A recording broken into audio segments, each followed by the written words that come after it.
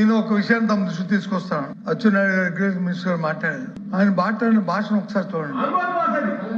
ఆయన మాట్లాడుతూ బొత్స సత్యనారాయణ గారు దద్దమ్మ మనిషి మనిషి మనిషి మనిషి మనిషి మనిషి అధ్యక్ష అధ్యక్ష అధ్యక్ష మనిషి మనిషి మనిషి పెరిగితే బుద్ధి రాదు.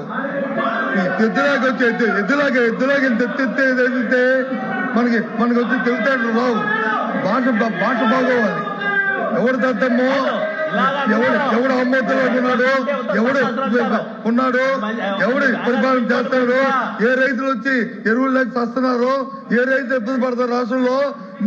ఈ దద్దమ్మ వచ్చి తెలుస్తుంది. దయచేసి ఈ భాష మంచిది కాదు. ఈ సభలో శాసనసభలో మంచిది కాదు. ఆ వర్డ్స్ అన్ని విత్డ్రా చేయండి. ఏంటి ఇలాంటి భాషలు ఆడిన గౌరవంగా మాట్లాడి నేర్చుకోండి. డిఎస్సీ మీద జరగాలి. అంతేకాదు